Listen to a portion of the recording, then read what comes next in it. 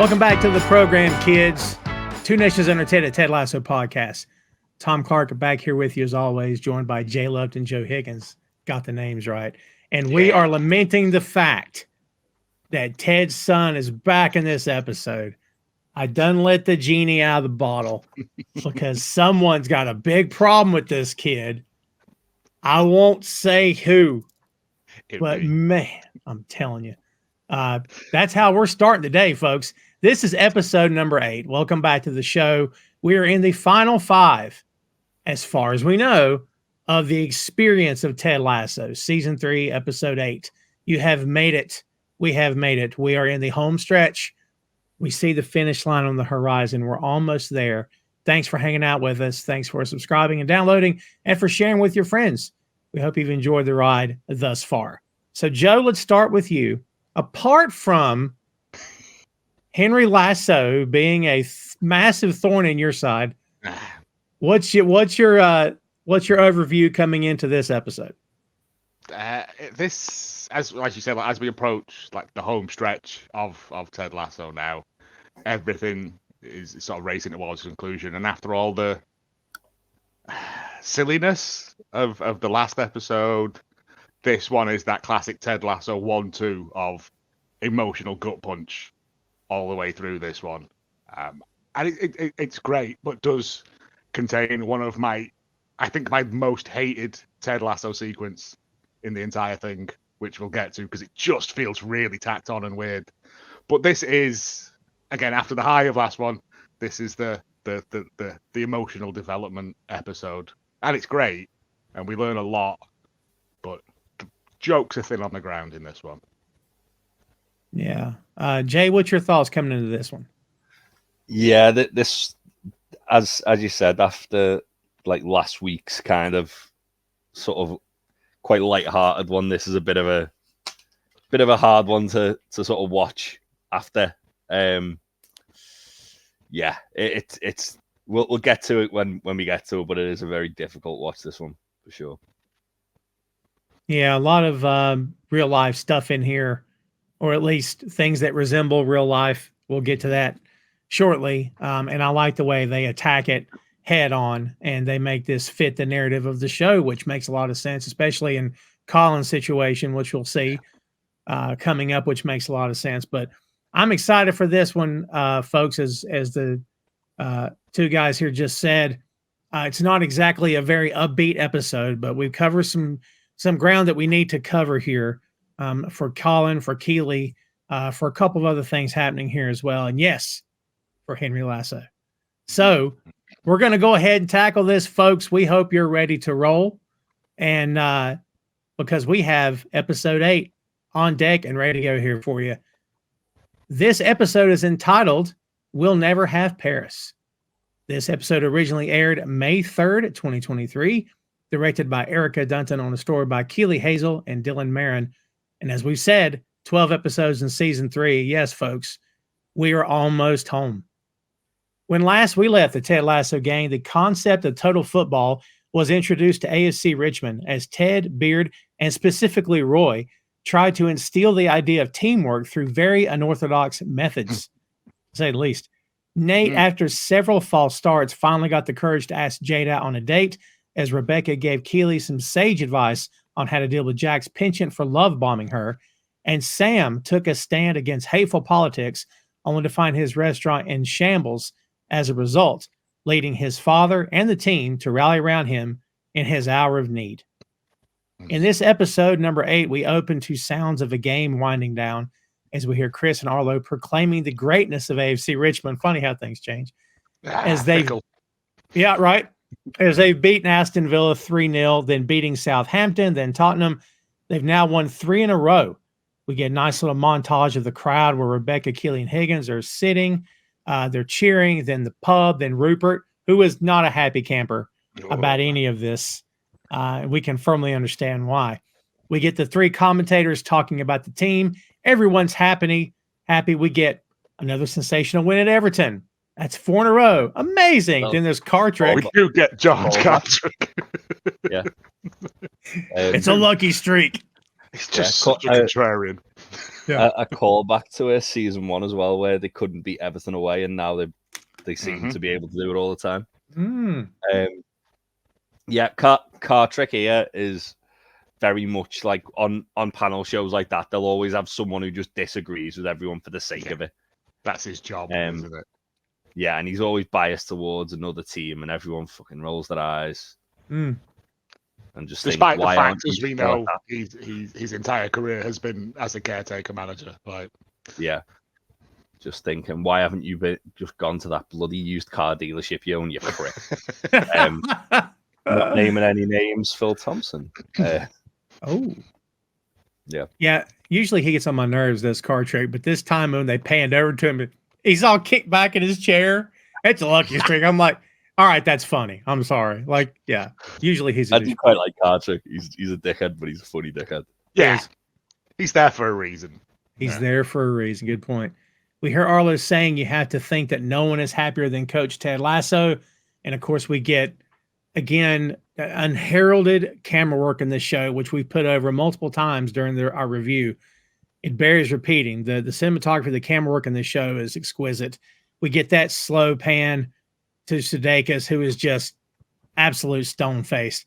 And we know why, because he was a lot on his mind, not the least of which is he's sitting in a pub with his ex-wife and Dr. Jake. Still, the show's long since done for now, and I'm not going to bash it too much here, but like I still question the whole Dr. Jake thing. I think you could have inserted anyone into this spot, and it still would have been an easy for Ted, but to insert the guy that he trusted, I don't know. It's a weird choice.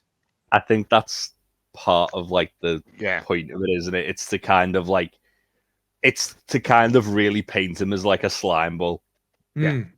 Like, this is unethical. Yeah. There's two characters within the whole show that have no redeeming qualities whatsoever, and it's Dr. Jake and Rupert. Yep. 3 if you include Henry. He's awful. And Henry. I knew that was coming. He's doing the best he can with a limited skill set. Yeah. Yeah. But no, it's Dr. Jake and Rupert. Like, Dr. Jake's just very, very much kind of with Ted the way Rupert was in season 1, where it was like sort of like the keeping your friends close and your enemies closer sort of thing. But obviously he kind of like shows his hand a lot quicker than Rupert, because Rupert we kind of get it over 2 seasons, whereas with Dr. Jake we get it like not instantly, but we get it over about 3 or 4 episodes. Yeah. I also just think, how many times has he done this before? He just rebounds people. Yeah. Again, it's no redeeming qualities, is it? It's just it's just as I don't think he's a medical professional, but even that, you're in a position of trust, and this is abuse of that trust. And also, it goes back to undoing Ted's trust of psychiatrists, because he managed to build that with Dr. Sharon, but then Dr. Jake's a prick, and he's like, and literally he's confirmed everything that Ted, every like apprehension Ted had, that, oh yeah, this guy's just judging me. This guy's just like, and like using his position of power over me to like sort of like bend me to his will.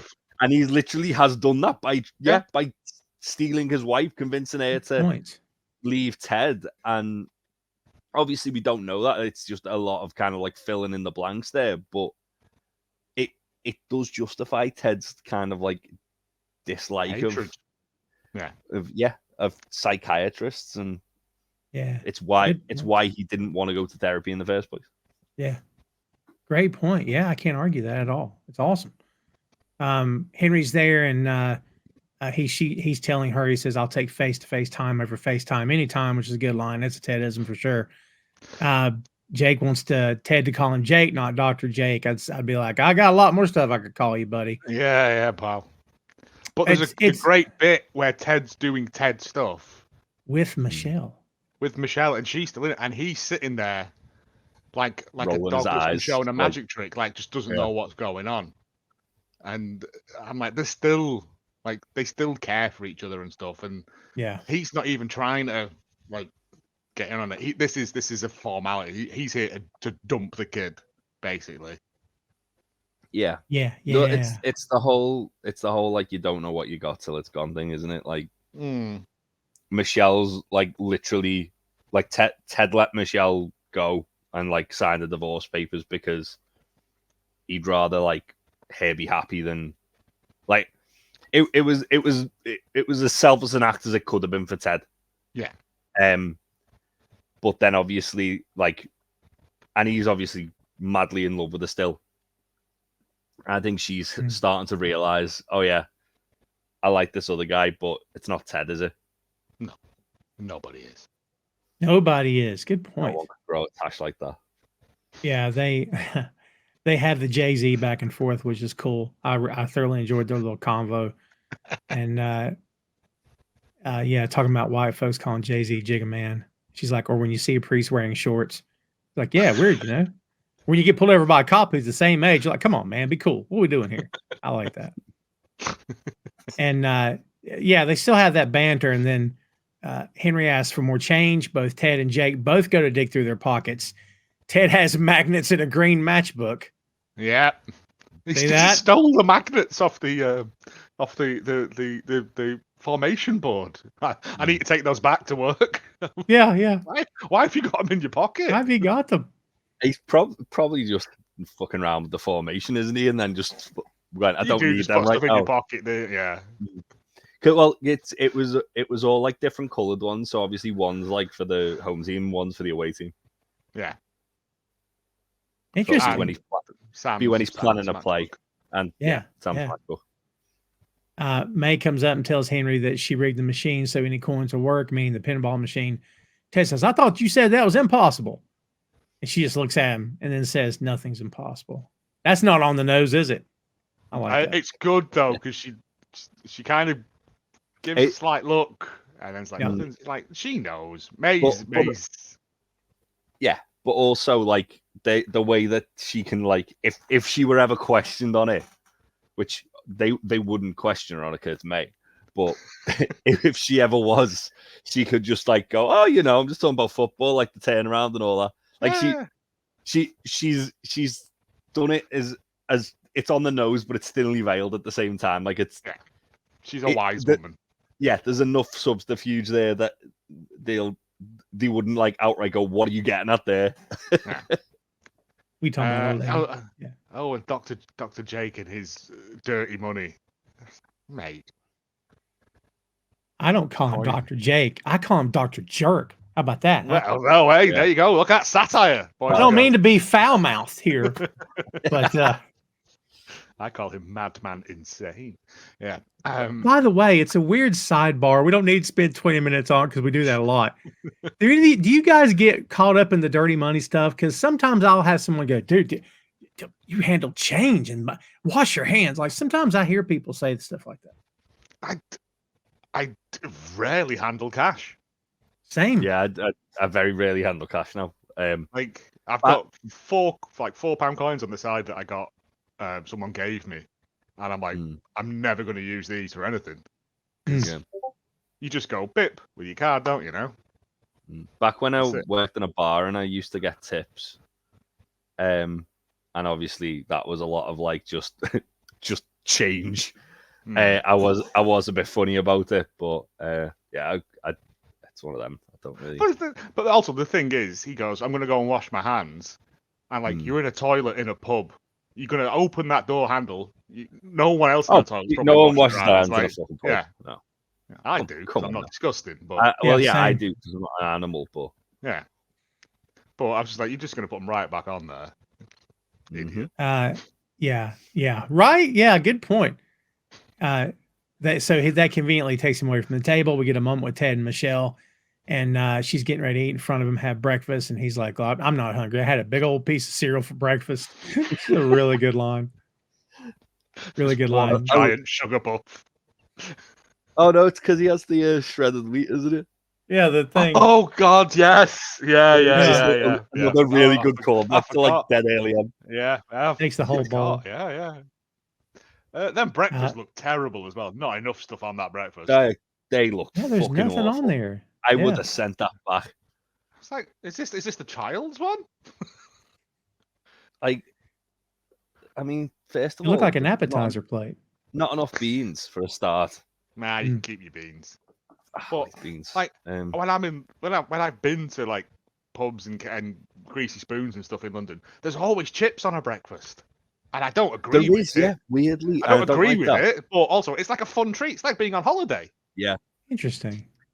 it Fries is like for you, like not crisps, but yeah. Well, yeah. It is like a nice treat. I remember I remember getting ordering a full English and it was in London actually as well. And literally like it coming out with like everything and then they're bringing out this big bowl of chips. Like, what the fuck are you giving them? As well as hash browns. Yeah, as well as hash browns. It's too many. Well, it's a different kind of potato, isn't it? It was but it was excessive potato, but it was just like, well, this is a nice surprising treat. Yeah, it's a fun breakfast. Yeah, but there was not enough. I was like, sunrise starch. The portion sizes they have, like with the fish and chips and stuff, that breakfast is woefully inadequate. Yeah, I mean, it to be fair, pub breakfasts are usually kind of shit. Yeah, that's a good point. A pub dinner or a pub lunch is fucking always good. As shown by the fish and chips because they always look amazing. Yeah, they do. God, I'm hungry. Again, we get sidetracked by food so often. Every time. But, yeah, pub breakfasts, take or leave them. I had one. I had one in Scotland, and it was possibly one of the nicest breakfasts I ever had because it had like lawn sausage and regular sausage and black pudding and white pudding, and it was horrible but delicious. I mean, the Scottish do not fuck around with breakfast because that's got to do you for the whole day. I assume he just dropped a bucket of meat in a deep fat fryer and then put it on a plate, and I was like, sweet, on board. Yeah, I'm surprised. I'm surprised he didn't deep fry the beans and the fucking egg as well. If they could batter it, they probably would. Yeah. I mean, have you never seen battered pizza? Oh, mate, filth. I mean, this is the same nation that deep fries Mars bars, so you know. Oh wow! I've had it. It's not great. I've never had it. I'm just afraid of the idea of it. Oh, we deep fry Oreos over here. That's what we do over here. I've had that. That's quite not to get massively off topic again, but there was a program on Netflix, one of those bake-off style elimination things, where it was deep fry masters, and it were all carnies, circus folk, small hands, smell of cabbage. But every episode was just them deep frying different things, and there was one of the judges on it was the guy that invented like deep fried lemonade and deep fried cola. Yeah, you can't deep fry liquid. He'd done it. He did like 2 state fairs a year, made all his money for the rest of the year, and I'm like, that's the dream. How did he do that? It's a secret recipe. He won awards at the Deep Fry Olympics. Did he use like the liquid instead of the oil? Mate, it's a mystery. You'd have to kill him to find out and absorb his powers like a Highlander. I'm gonna. Highlander. There can be only one. There can be only. I think he froze it or like. Yeah. Gelled it. Oh, so something. like baked Alaska. I don't know. He wouldn't show it. But it was. I just remember a man deep frying an entire burger and thought, there is no God. I do like a deep fried burger, not like the whole burger, just like the actual patty. Yeah, but no, this was the whole thing, like battered and dropped in a fryer and then put on a stick. You can't deep fry bread. That's a war crime. Fried bread. Yeah, fried bread, not deep fried bread, man. Potato, it's like, isn't it, at this point? Anyway. Like one of those fish camps. I don't know if you guys had them, like those fish camps where they deep fry everything. You go to a fish camp in this country, by the time they're done with it, nothing about that fish is healthy. They've deep fried the shit out of everything. Like, I mean, what do you think fish and chips is, Tom? Yeah, well, yeah, of course. Yeah. Yeah, we have entire restaurants that's the whole menu is deep fried everything. Catfish. That's the easiest cooking job I've ever had. I'm saying there's nothing to it. It's delicious, but it's terrible for you. Of course, it's a rare treat. Yeah. Mm-hmm. Yeah. Anyway, enough of a side. I was gonna say, we find out here that Jake is taking Michelle to Paris. Ted instantly reacts to that, and so Ted, when he gets nervous, tends to make light of things. So he makes a joke about which Paris. Well, it's the one in Texas, Arkansas, or Ohio. or actually there's 3 Parises in Ohio. She says it's the Paris, the one in France. And Ted, without saying, it'll come back. We'll find out what he's thinking. Well, Jack and did you know the Paris, Texas? I've been to Paris, Texas. I've not been, but I know it. There's a film of the same name, Paris, Texas, which is about a man and his son trying to find his wife. I did not know. There you go. Yeah, you see, it could be. Nice Could connective tissue. not be. I did Google whether there was 3 Parises in Ohio, and there are. Yeah. So that's nice. Most American places are named after European places because there's 2 Liverpools in America. I found out. There's about 8 matches.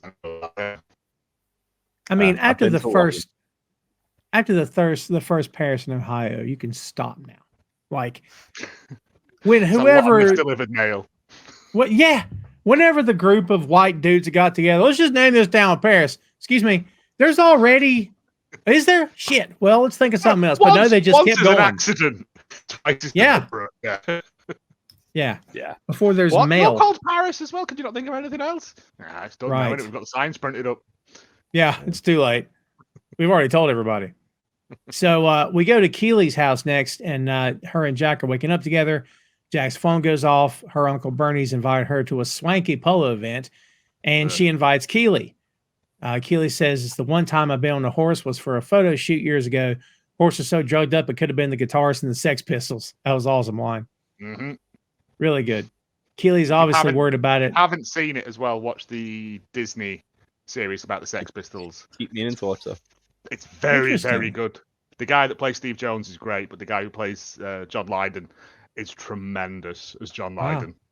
Yeah. Well worth a watch. I started a Run DMC documentary yesterday for a 6M podcast, so I have to put that on the list. Keeley's obviously worried about it. Jack tells her they don't play. They just stand around drinking. Jack wants to show her off, so Keeley's excited, and it gives her an excuse to go to Harvey Nick's. It turns out Uncle Bernie is actually Bernard Arnault. Yeah. He runs Moet and Louis Vuitton. And she goes nuts because she's a girl. Why wouldn't she go nuts? And Keeley gets a text. I don't know what those words mean. Yeah, they go back to doing like some kissing and mucking about, and then like her phone keeps going off. She's like, I get it. Yeah. And we don't get to see what's said, but we figure it out later, and we'll come back to it. But that's sort of the backbone of what's happening in this episode. Nate's in bed, and for a change, you can see Nate's checking his phone, but he's not really grieving over anything or stressing over anything because lying next to him is good old robotic Jade. She's there with him. See, you hate Jade. Never stop. I hate Henry. It's fine. We all have our crosses to bear. And I'm thinking, it's girl, your dreams is next to you. Put the damn phone down. But she wakes up and notices he's already been up to brush his teeth. Of course he has. He's already took care of all that before she wakes up. He invites her to breakfast. And then he says, I don't have any meals planned with anybody else in the foreseeable future. Such a strange sentence. He's such an awkward man. He is. He's stuttering. He goes, do you? She goes, no, I don't. He says, so, I mean, if someone were to ask about us, what terminology would you best recommend describes our relationship? I mean, no, there's no pressure to label us, you and I. No pressure. And she goes, all right. And that's it. I think like that's the thing though. Like she's letting him get his awkwardness out of his system, isn't she? You gotta like lance that boil occasionally. Yeah. Yeah. Like she knows he's awkward. She knows like he doesn't spit on mirrors anymore. He's back to being like Richmond Nate. This is the upturn of the Nate redemption. Yeah. Yeah. This is the real Nathan Shelley. It's not as I say, it's not spitting on mirrors, ripping down posters. It's actual awkward, overthinking everything, panicking about everything, Nate. So she obviously likes him. She's just letting him get it out of his system. But she likes Nate. She doesn't like Nate. You know what I mean? She likes Nate. She doesn't like Nathan Shelley. I think it's when the humiliation of his date with Anastasia, or whatever she was called, and she saw that he's a man out of his depth. Yeah. Like, well, again, like when he's like been stood up by her and he's like eating the meal on his own, and she lets him get like all the kind of all that negativity out of his system, and comes over and makes a joke at his expense, and it's The like, baklava is divine. Yeah. yeah. And then he's like, oh, okay. She likes it. It's again. It's I think she does it as her kind of like defense mechanism for dealing with Nate's awkwardness and him kind of overthinking everything. I also like the fact that when she's dressed and she goes to kiss him and she's like, "Have you shaved?" And he's like, "Yeah," and I showered and went for a shit next door as well. Yeah, like that's psychotic behavior. Because he doesn't want to do well. Yeah, I mean, again, but then the thing is, she's like, "All right, whatever," and then like, do you hear her having a wee? So she doesn't care. There's no. I don't know whether it was her running the shower or her having a wee. And he's just like, "Oh, okay. I don't have to like hide this." Yeah, she's like letting Nate get it all out of his system to then counteract it and just be like quite aloof about everything. Yeah, I generally thought she was going to whip the duvet back and he had a full suit on underneath, like the Halloween heist in Brooklyn Nine-Nine. Yeah. It's a weird road to go down, so we don't have to do it. But in that moment, they made the sound effects so loud. I thought, is she a she? Like, I know that's a weird thing to suggest, but I'm like, that would have been an interesting road to go down. But like, they went out of their way to make it so loud. And plus, she put jeans on before she went to the bathroom. She didn't just have underwear on. She put full pants on and then went. And I thought, I wonder, not that they were, because I don't know. But it makes me wonder, was that a road they were thinking about exploring, but they didn't? I don't know. That would have been interesting to me. I think it was just to show that, like, while he's done all this stuff to, like, hide and make himself this perfect man, she's just like, this is me, and all. Yeah. Women pee, you know what I mean? I think it's to, again, it's to show the counterbalance there of Nate's, like, overthinking everything and super awkward. She's just very relaxed and aloof about and chilled and laid back about everything, and it's why they work so well together. Yes. I do find it was quite funny when he hears this. He's just like, wow. Like he's astonished at how open she is. So she's not got the door open or anything. You know what I mean? That's fair. Yeah. So we're back to Keeley's place, her and Jack. And this time we know what's going on. That she has discovered that her private data has been leaked online and it's not exactly PG-13.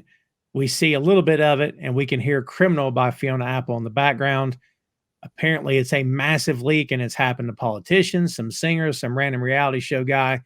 Keeley is panicking, afraid that her friends and family, the team, and her office will all see it. Jack goes to comfort her, and we have no reason to believe this will get worse because Jack is awesome in this moment, and she's there for her, and she's like, I'm going to take care of it. Don't worry. More on that to come. This is a real life thing. This has happened multiple times because people don't have a life and they just like to hack for the sake of hacking. And then your stuff's all over the internet for people to see. Not always folks like us, but folks with money. It happens all the time. So wants to see my pictures on my phone. It's all the dog. Mine is cats. A lot of cats. Yeah. Yeah. You're welcome to them. Yeah. So in the locker room, Will is showing off his work to Henry, and he's timing Henry to put the towels up correctly. And the guys are watching this in Ted's office. Roy says, is this a game or child labor? Trent says, in late stage capitalism, what's the difference? What's the difference? I was like, bam, Trent. Beard says, word, which is good. Ted is obviously worried about what Michelle told him at breakfast. So he decides to talk to the guys, and he says, fellas, let me ask you something. If you could propose to someone, anywhere in the world, where would you do it? Roy says, Paris. Coach Beard says, the Hall of Mirrors at Lindelhof Palace in Germany, because if she agreed, I'd be surrounded by 1,000 yeses. Or Paris. Which is deep. Yeah. And it tells him that Jake's going to propose to Michelle. And Roy says, oh, I'm so sorry, Ted. Do you want to talk about it? Yes, I do. Diamond Dogs mount up. Roy goes, oh, never fucking mind. Stomps off. Yeah. It is showing, though, Roy's getting closer. Oh, he so wants to be there, but it's so all the nonsense of it. Yeah. And he's still listening as well. Yeah, like he's trying to be a good friend to Ted, and then as soon as they me do this, and he's got no time for the silly nonsense. He's like, no. Like Beard just picks up the phone and goes, Yep. and then hangs up, and then 30 seconds later, Higgins comes in, puffing and panting. Trent's like, what's going on? What's the Diamond Dogs? Roy goes, it's a living fucking nightmare. Beard says the Diamond Dogs are a group of men committed to supporting each other by sharing their most intimate thoughts, feelings, and experiences. You in or out? Trent goes, oh, I'm in. And Roy bangs on his desk and says, God damn it. Beard says, Roy chose out. And Trent says, yeah, I assumed. And then, again, camera work. They never move the camera. We see Higgins like this, running for his life to the door. It's so good. Puffing and panting. I ran down some stairs and up another flight of stairs. This came as fast as I could. Beard says, take your time. Ted says, hey, we appreciate your expediency. And Higgins is like, I got a little bit lightheaded. It's so good. Comedic timing, and this is brilliant. It's wonderful. They welcome Trent as the newest member, and Ted begins. He says, Dr. Jacob and Michelle are getting engaged. Higgins says, it's a hard moment when the ex moves on. Did he at least ask your permission? He goes, well, I'm her ex-husband, not her current father, so no. Beard says, how'd you find out? He took her to Paris. Can you believe that? And Roy from the next room just leans over. He goes, that's it? Beard's like, unbelievable. Higgins is like, Ted, I ran down the stairs for this and up some other stairs. I'm going to have leg cramps in my sleep tonight. Trent says, can I just speak anytime? They all three go at him. So good. Trent says, Ted, you can't worry about something that hasn't happened yet.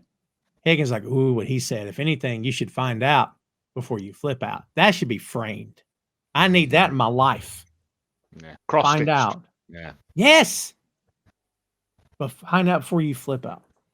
Ted says, okay, and asks if anyone has anything else. Ted goes, Roy? Roy goes, fuck you. He says, okay. They end with the usual barking, and Trent just goes, woof. Woof. Cool. So we've got a new member in the Diamond Dogs. And speaking of Diamond Dogs, we go it's wonderful. This killed me. Yes. I'd forgot this scene even existed. Same. We go to Nate's office. We see Roger, who we've seen before, and Disco comes in. I love so Disco. Disco come back. Am I in trouble? Is he in trouble? He's like... Nate calls Mrs. Cakes, still the best name ever, to see if Rupert was on his way to the special meeting. She goes, no, he's not coming to that. And he's like, is he busy? No. Click. That's it. Nathan says, I guess it's just us for the very first meeting of the, drumroll please, Love Hounds. And then he starts to do the howl. It's almost, yes, it's embarrassing. Disco fucking hates every minute of this, though. Disco has no time for this. He wants to just be off discoing. I thought just talking about his divorces. Yeah. I thought we could get together whenever we needed to, just help each other out with things and how they're going in our personal lives. And Roger says, okay, well, I'd love to talk about the stresses of taking care of my aging parents. Yeah, no, I'll start. So I love how he cuts him off. It's so good. I've started seeing this girl and it's going really well. I really like her. She's great, but she's hesitant to label our relationship. And I don't know whether to give her a space or whether just let her know how strongly I feel about us being together. Disco, you got any thoughts? And he's like, I've been divorced 3 times. Never let them know how you feel. It's very expensive. It's awesome.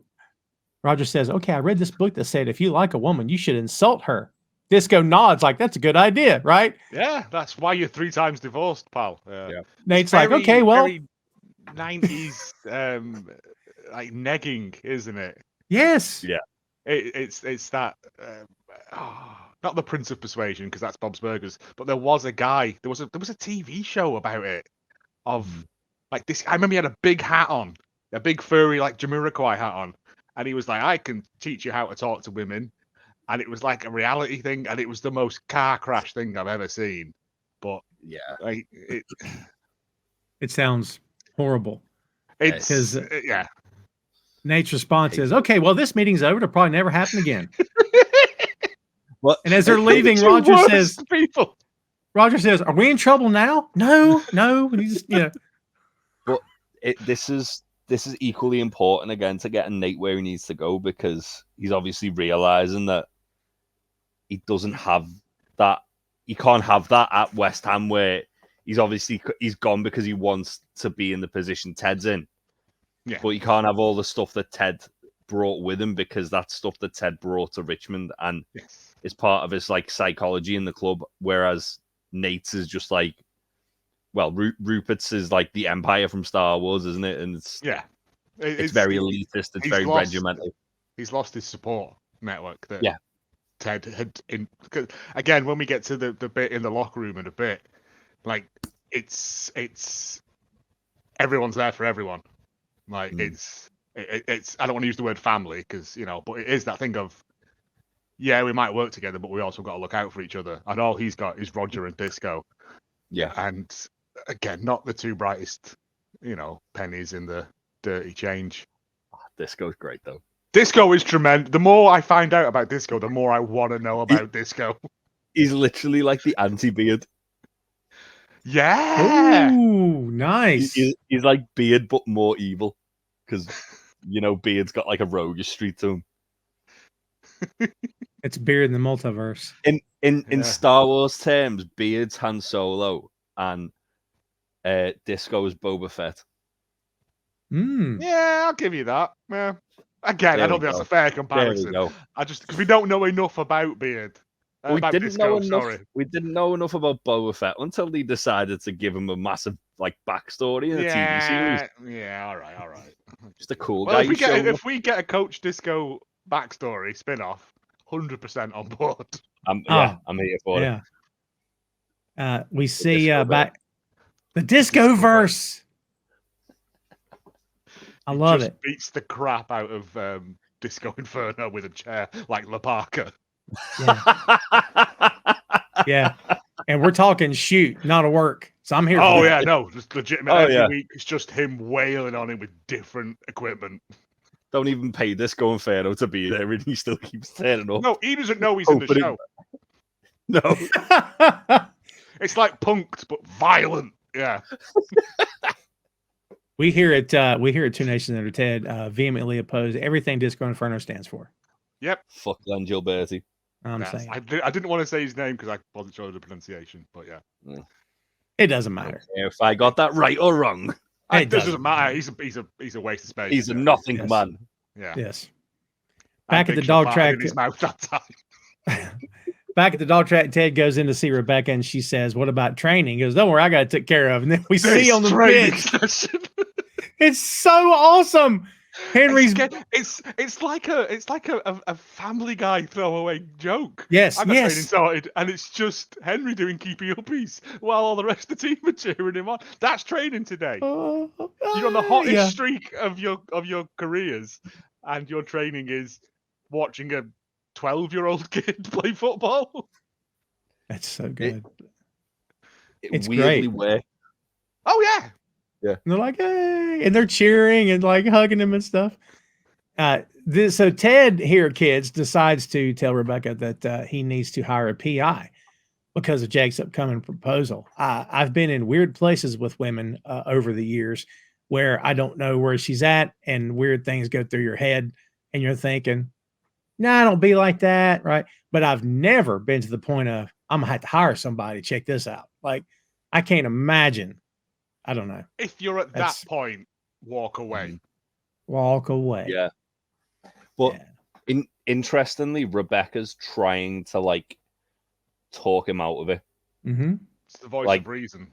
Yeah, and again, it's because obviously of the making the Keeley stuff disappear, and then revealing that she was behind it. Ted knows she's got people who can find out this shit for her. Oh yeah. Oh, good point. Yeah, she's existed in a scummy world for a while. Yeah, that's why he's literally asked Rebecca about outright asked her for it, because the Diamond Dogs have told him to calm down and he's overthinking it. And he's still thinking about it, and he can't stop thinking about it. Plus, he knows she'll keep it confidential. Oh yeah. And they have a nice little back and forth. And she's like, they visit Paris for all kinds of reasons. Yeah, like getting engaged. No, they go to eat the amazing food after getting engaged, or they go to see Oscar Wilde's grave before they get engaged. No. Or they visit the Louvre to make fun of all the people taking blurry pictures of an overrated painting. Mm-hmm. Yeah. Where'd you and Rupert get engaged?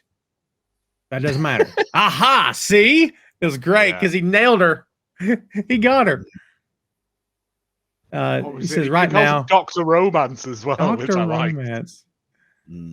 Dr. Romance is probably getting ready to pop the question in front of the Eiffel Tower, the most romantic friggin' place in the world. And she says, "Oh, please, the Eiffel Tower is just a lamppost with a publicist." That's a great line.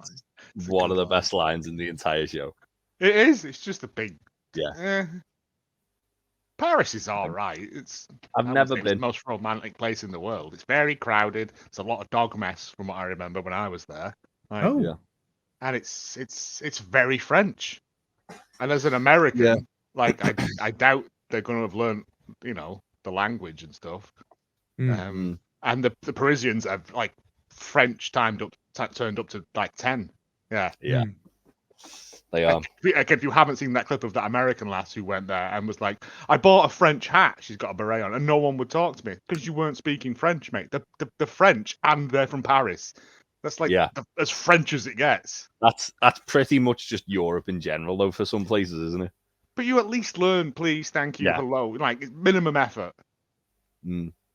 But then the other side of that is when I went to Berlin, having studied German for like 2.5 years, I tried to speak to someone in German, and they made me feel like an absolute dickhead because they could tell I was foreign, and they were like just talking to me in English while I was trying to speak German. I'm like, well, I've learned this for nothing.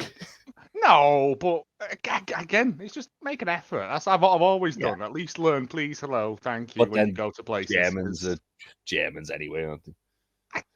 Yeah. I think it's I love Germans, but they're difficult people. The European belief of British people just going sausage, egg, and chips and pointing at a menu is not 100, percent wrong, because a lot of people are very ignorant. Sadly. Moving on. Rebecca says, "Ted, I'll make the call." So I find it interesting that she, I guess she saw that he wasn't going to let it go, and they're friends, and she's like, "You know what? I'll do it. It's fine." Do you think she did? Good question. Well, she does call him about it later, doesn't she? But but she doesn't tell him anything. Doesn't ever tell him anything. So I think she did, purely because he's like insisted on it, and it's like, I think I feel like she's her trying to talk him out of it later in the episode is like, you're not gaining anything from knowing either way. What difference does it make? Yeah. Again, to go back to Trent's point, you can't worry about things that haven't happened yet. Yeah. Find out before you flip out. Yep. Oh yeah, it's a weird thing to mention, but it's the PI thing is in front of me. My mom never knew who her dad was. And so later in life, she had actually called a PI back when you could just pick up the yellow pages and call people. Weird, right? But she calls and actually gets the guy on the phone and tells the situation. It's like, I've got a name, but that's all I have. I'm not sure where I have no idea where this guy even is. And he tells her, he's like, "Look, I'm happy to do some work for you." He's like, "Here's what I charge." And he said, just be prepared. What you find out may not be what you want to hear. He said, this man could be dead. He could be in prison. He could be a rapist. He could be living 5 minutes away. There's no telling what I'll find. And he actually told her, take the day and think about it. Yeah. And when she thought about it, she's like, I don't know. I don't think I want to know, That's a very good PI then. Yeah. Because right. I will do it, but you might not like what you find. And be prepared, because you may not like what you hear. There is an element of security in the unknown. Yeah. Exactly. Yeah. Good call. It's like Pandora's box, isn't it? Yeah. Definitely. Once you open that and everything's let out, you can't put it all back in. No, you know that then. Yep.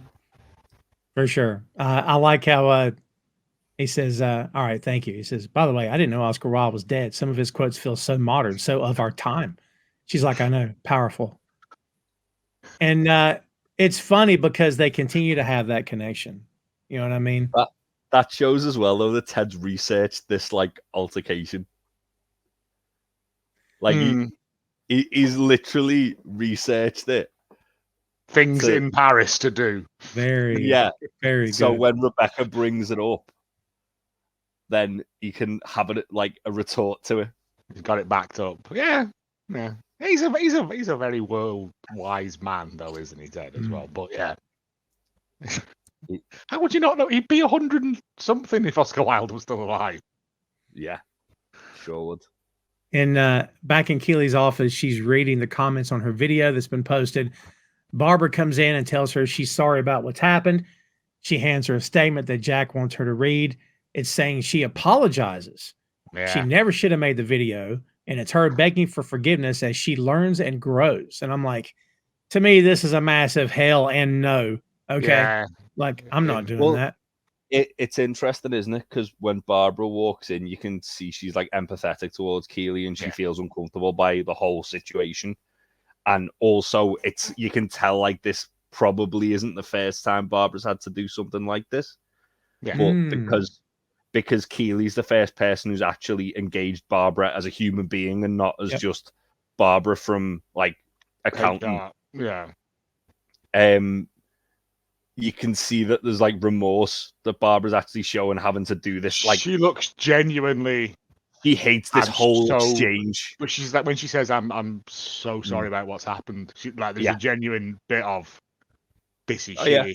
Like, well, this is the thing. Like, there's only a few times with this whole thing where, with Keeley, where I think the main thing she wants, she doesn't want people's sympathy, but she does want empathy. Yeah, and it could have been any of them. Yeah, and Jack obviously immediately goes business head, and damage limitation. Yeah, and Barbara's the first person to actually show Keeley any empathy, regardless. Like, and you can see like it disarms Keeley. Like she's like, oh, thanks for saying that, Barbara. And then obviously, it's like as Keeley reads that statement out, though, you can see in her face, she's like, I'm not saying this.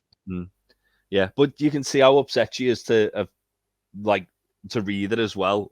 And then again, it's like they're trying to make Keeley ashamed of what's happened to her when she's the victim in this. She's not. Yes, exactly. There you go. Exactly. She shouldn't be apologizing because she's not done anything fucking wrong. Loads of people do this sort of stuff. Yeah, like it could be you next, and then like you should be on the side of that. But someone's taken personal, private information and given it to the world, and that's not on. Like, and her going, "I'm sorry, I did this." No, you shouldn't be sorry you did this. But again, it's with Keeley. Like, there's a few times in this episode where she just gets like sometimes unwittingly, and sometimes it's more like just it. Like, we'll get to the unwittingly one, and sometimes it's more just like it's more just like with Jack. It feels like it's her kind of trying to preserve her own image as opposed to how Keeley feels. Whereas, as I say, Barbara comes in, she shows empathy to Keeley immediately, and giving her the statement, you can see she's got like remorseful doing just that, and she hates that she's got to do that because again, Keeley's the first person to like treat Barbara like she's actually a person. Yeah, it's a very good little scene where not a lot happens, but we find out a lot of information about those two people and their relationship to each other. Yeah, for sure. Because she tells Jack thought you could post this across your socials, but maybe not Facebook because that's just for grandparents and racists now, isn't it? Grandparents and racists. Keeley is upset. She gets her things and walks out. Back in the locker room, Colin is asking for body spray and asks Jamie if he has links. I'm guessing this is like Axe body spray, is it? Yeah, it's literally Axe. Yeah. Gotcha. But his array of it in that cupboard. Yeah, well, like there's the whole joke that it's mainly like teenage boys who wear it over here. It's like the first like sort of deodorant that they get. But also like it was mainly in the 90s, wasn't it, where they tried to push it as in like as if it was like this person's thing. Yeah. Yeah, if it was like a love potion almost for fucking teenagers. And some of the adverts are shocking if you go back and watch them. They'd try and have like footballers like endorse it, wouldn't they, and stuff like being adverts for it. I don't mind Lynx Africa, to be fair. You get a set of it every Christmas off your auntie or something. So, yeah, someone will get you a set with like Lynx and shower gel in for sure. Yeah, I used to get over here every year. Yeah. Over here is just for creepy dude bros that might be date rapists. You know what I mean? Yeah, that's usually Colin said, listen, the answer is awesome. Can I get some links? Yeah, sure, mate. What's your pit flavor? I've got pit flavor. I've got Epic Fresh, Sport Recharge, Java, Africa, Ice Chill, Gold, Excite, Black, Dark Temptation, and Leather and Cookies. Yeah. That's so voodoo. Funny to me. No. Yeah. Oh, man. Did he still make voodoo? I don't know. It's just from the Alan Partridge bit, isn't it? Like, but yeah. It's, I remember voodoo. Yeah, I remember voodoo. Leather and cookies. What? Leather and cookies. That's a night in. Jamie says, smart choice for a smart boy. It's good. It's the way that Jamie like just hits the cover and it just opens slowly. Yeah. Yeah. There's an assortment, like a grocery counter right there. I think he's Sex Panther in Anchorman. Yeah. But again, it shows like obviously Jamie went from sitting in that corner on his own, and then Zabba's come in, and now Jamie's like fully ingratiated with the team. Like he's there's only little things they do to kind of develop Jamie now because he's kind of like reaching the end of his journey. But this is like one little thing where it's like, oh yeah, he's fully on board with everyone now. So the word of what's going on, what the Sun is calling the Great Awakening, is pop. Well, it's you grimace because that's what they would really call it. It's just when they all literally go, yeah, remember what we say, fuck the Sun, and I'm like, they get it. Yep. It's there's the data leak. The guys are all debating whether or not it's okay to look at any of it, who owns the pics, etc. It was their private property. If you don't want your private pics out there, just don't take naked pics, especially being famous. Jamie and Isaac are the voices of reason here, which Jamie, a locker room leader, could you have imagined in season 1 we ever would have said those words? No, but he's right. Jamie spits some truth here. Yeah. The only people to blame are the dickheads who steal your shit and put it online. That's why I delete all the photos on my phone. I swear down, especially because I'm famous. Again, there's still those Jamie moments of just complete incomprehension of the room. But yeah. Sam says, go ahead, Jay. I was going to say it's interesting that they're all kind of divided on it until they find out that Keeley was one of the victims. Good call. And then it unites the entire team to go, nope, we're not doing this. Because it could have been any of them. Mm-hmm. Yeah. When it's someone you know, it becomes more real, I guess. Yeah. Mm-hmm. Yeah. I was, stuff that just comes back to you. Years ago, we had Missy Hyatt come in for a weekend show. Wrestling, everybody calm down. And so it had been revealed that because she had that website going with Tammy Sitch at the time. And, they were all kinds of naked, making money. I don't judge. It is what it is. What you do, isn't it? Yeah. Sure. But one of the guys said, people are taking those photos and making money off of them and posting them on other websites. It's like, if you see that, don't mess with it. Out of respect. Now, no matter what you might think of somebody, she is just trying to earn a living. And I'm like, that was cool. Locker room full of sweaty pro wrestling dudes, and someone in the year 2000 had presence of mind to say that. And I'm like, wow, interesting. Yeah. Right on. Sam says, I like this line. Whenever I have a relationship in, I ask the girl to go through my phone, delete any photos, videos, whatever she wants. One girl actually deleted Candy Crush, and all the guys are like, oh. I was devastated, but I also understood. So Colin says, sometimes, once someone sends you a photo, don't you own it? And that's what, we're talking about. It leads up to them finding out that Keeley's involved. They talk about copyright law and product photography. It's quite murky, Jan Moss says, which is good. Jan Moss, it's a gray area. Yeah. Jan's so educated. I think well beyond what people give him credit for. Oh, yeah. So Danny's like, it's Don't we about get doing what's a right. bit more conspiracy theory as well from Bumbercatch at this point as well? Like he's fully in the tinfoil hat, birds aren't real brigade now, isn't he? Yeah. Isaac says, no one can steal your memories. Bumbercatch goes, that's not entirely true. With a straight face. What if it was a Christmas card? What if I took the photo? What if it's artsy? Sonograms? What if I'm French? Richard says. Oh, Richard's fantastic in this scene. What if she's naked, but it's not sexual? She's just defecating. What the hell? The fact that we do get other people we don't know who are on the team doing bits in this as well. It's just a nice, again, it's the classic locker room confusion and going way off topic at times sort of thing they do so well. What if it's a commissioned painting? Is it in a nice frame? It's leaning against my couch. No, delete it. Get rid of it. Colin is uptight. I shouldn't have to delete my photos just because they might get stolen. It's my stuff. Don't touch it. Every time Colin talks, you guys, you can see Isaac is getting more and more pissed off. Yeah. Because it looks like Colin's disputing. If I got pictures of a naked girl, it's my pics. I don't care. That's what Isaac is. When they do the great unwankening joke or whatever, he's like, well, I know what I'm doing this weekend. He's still keeping this illusion alive because nobody knows apart from and it's Trent. Trent's the only one that knows actually, isn't it, at this point? But yeah, it does seem like, knowing what we know that why he doesn't want that to happen. But like I said, Isaac doesn't know. I thought it was, he doesn't know. He'll find out shortly. I was going to say, I do love the bit where Will's deleting stuff on his phone and Jamie just looked and he's like, wow.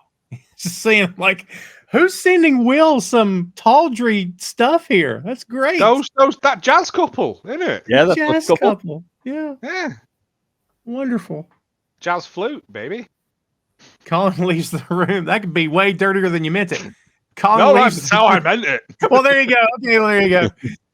Colin leaves the room and Isaac follows him. Colin's like, I think he tells him to fuck off, and Isaac has had enough.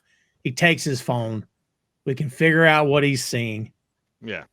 And then he hands the phone back and he's, not happy. You can tell, and walks off. And like at the time, I wasn't trying to think, well, he's anti, he's homophobic or whatever. That's the path it's trying to lead you down, I think. Yeah. Absolutely. Yeah. But I did think, man, what a dick move. Like, I don't know. Give him something like someone's phone off him. Yeah, it really is none of your business. Like, no, it could have been someone that they both knew or something. He didn't want to upset him. Like, there's many reasons. Sure. He was still sat there deleting stuff. He just didn't want to do it in front of other people. Especially when you've got Jamie rubbernecking over you, like, understandable. But we know and now. also, given how close quarters they are in there as well, like he's literally gone away to do it for a reason. Had to, But because of him kind of protesting it, like Isaac's instantly like, he's trying to get out of this. Yeah. Isaac's right, but also deleting stuff off your phone doesn't remove it from iCloud anyway. It doesn't. No. Yeah, the whole bit's really well set up because it does take you down different paths, and it'll circle back around in the next episode, I believe. I think it is, yeah. So we go, Keeley's in Rebecca's office. Her and Rebecca are finally having and they don't get many of these moments since Jack arrived, where they can kind of bond, reconnect. Keeley says, I tried to watch the video this morning. Immediately, boom, I was right back to being 15 again. Reliving that moment where this topless photo I took for Jimmy Daniels was being passed around at school. She goes, oh, teenage boys can be awful. And she says, Mr. Daniels was my teacher. Oh, well, men who act like teenage boys actually are awful. Yep.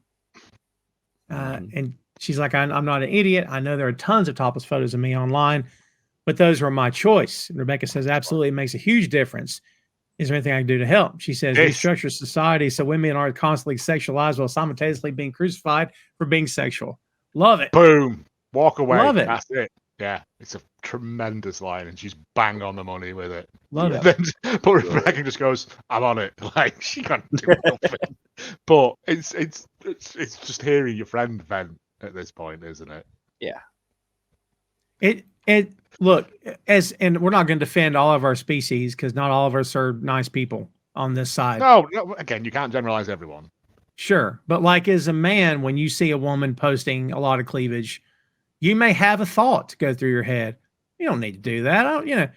But most of us keep it to ourselves and don't pass judgment and think she's a horrible person. That's what makes us different. Everyone's got to make a living somehow. Sex work is work.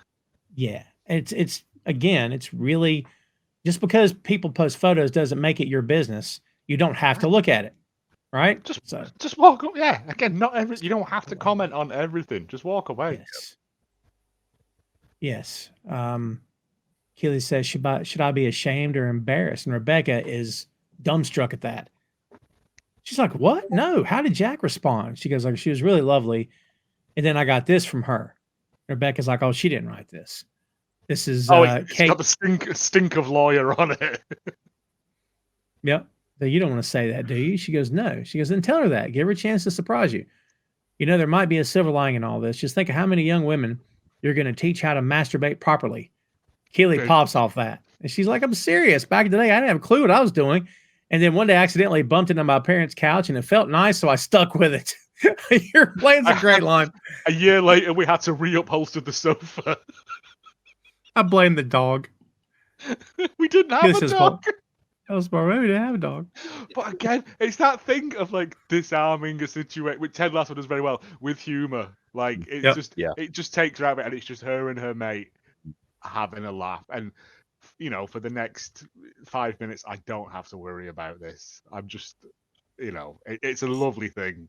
It's a great scene. But the line about the Keeley's line about constantly being sexualized while being called out for being sexualized. It's so good.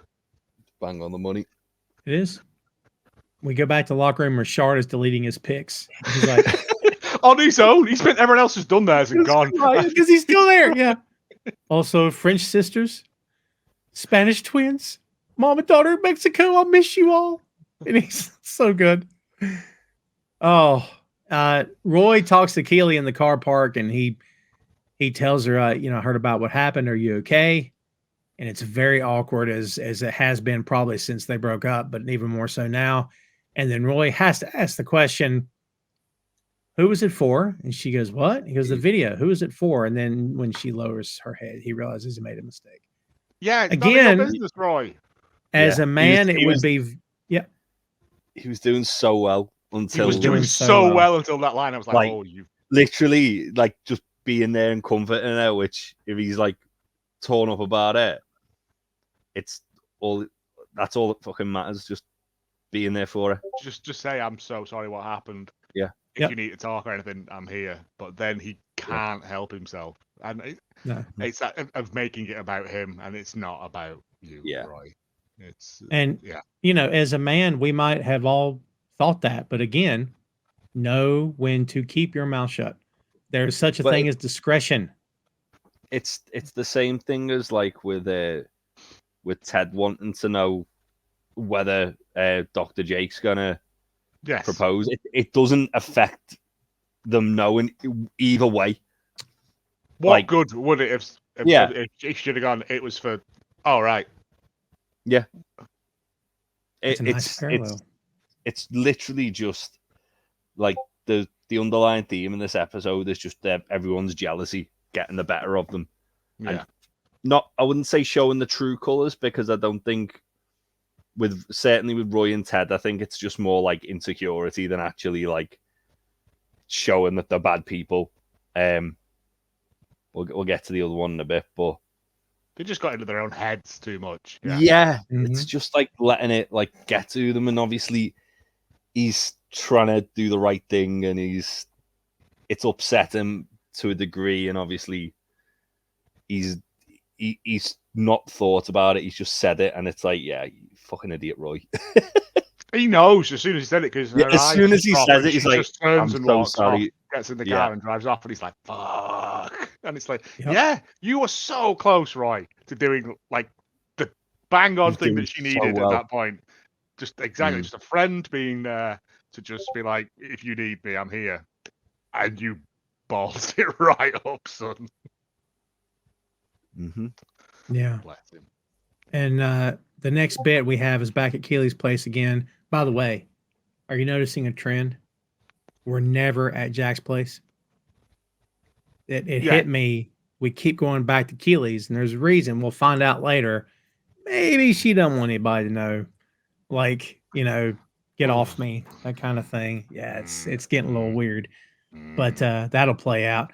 And everything, again, seems fine right now, kids. Still, it doesn't seem fine.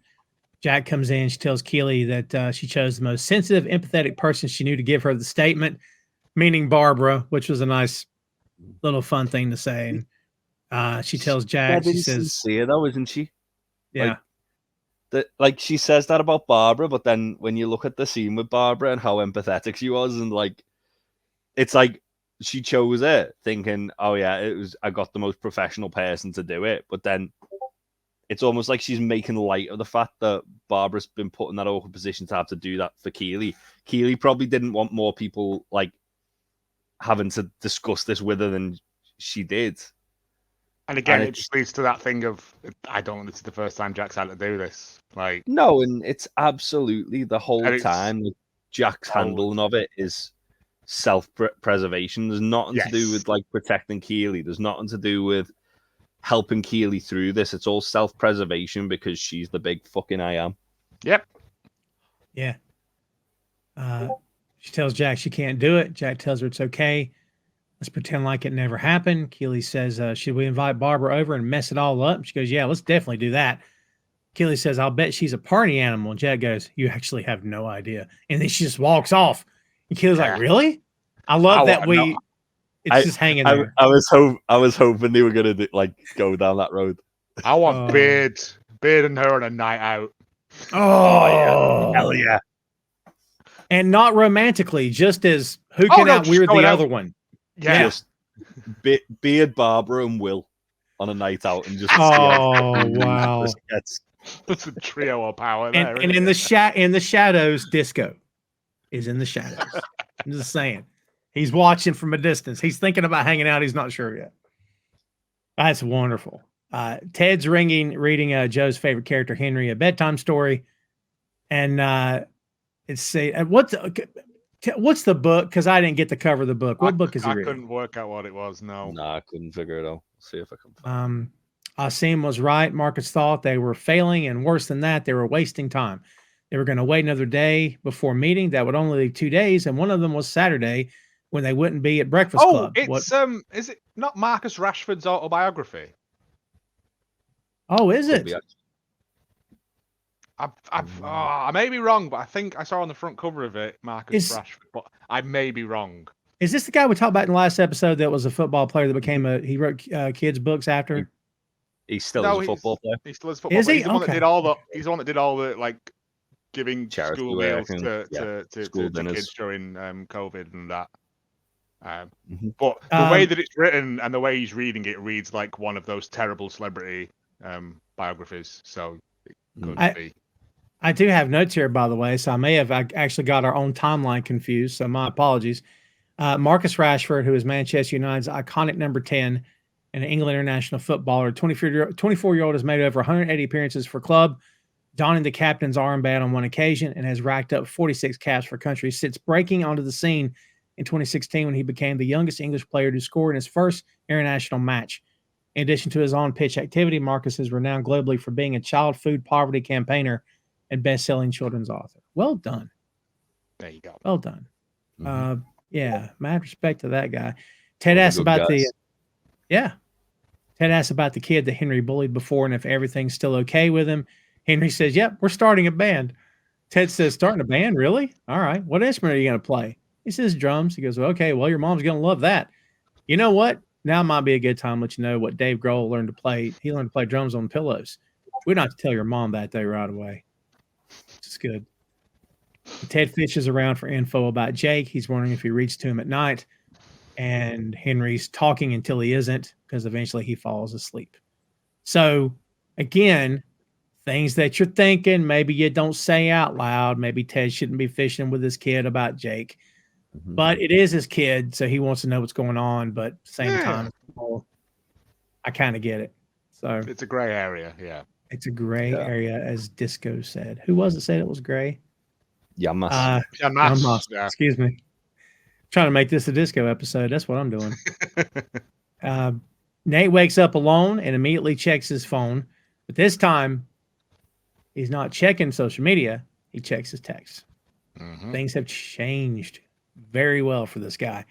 Jade's texting him, telling him good morning. He begins to text, hey, babe, but then deletes it because he's still not sure. Plus, he doesn't really know what they are.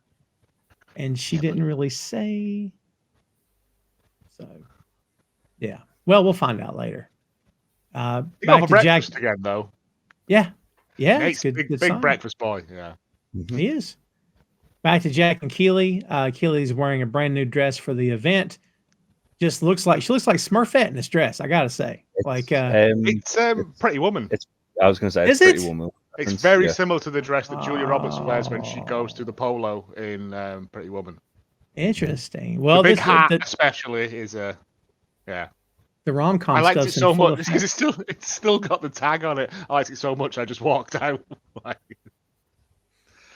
Just putting it That's behind great, it, getting on with it. Retail therapy. But Jack tells her that she's canceled the event, canceled them going because of everything that happened.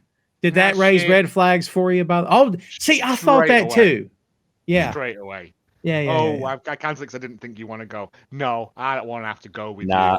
Keeley wanted to go because she wanted to fucking not think about it, and also like Keeley's whole thing is just like getting out ahead of it. Yeah, like that's her whole thing. Jack doesn't want to fucking be ashamed of the fact that Keeley's just had this happen and everyone's going to be asking her questions. Oh, we've seen who's with Jack. That Lasso fapping video has been on the internet. Like, yeah. It's self-preservation, and the fact that she tries to frame it as, "Oh, I didn't think you'd want to go." I was like, at this point, I'm done. Get out of my house. Yeah.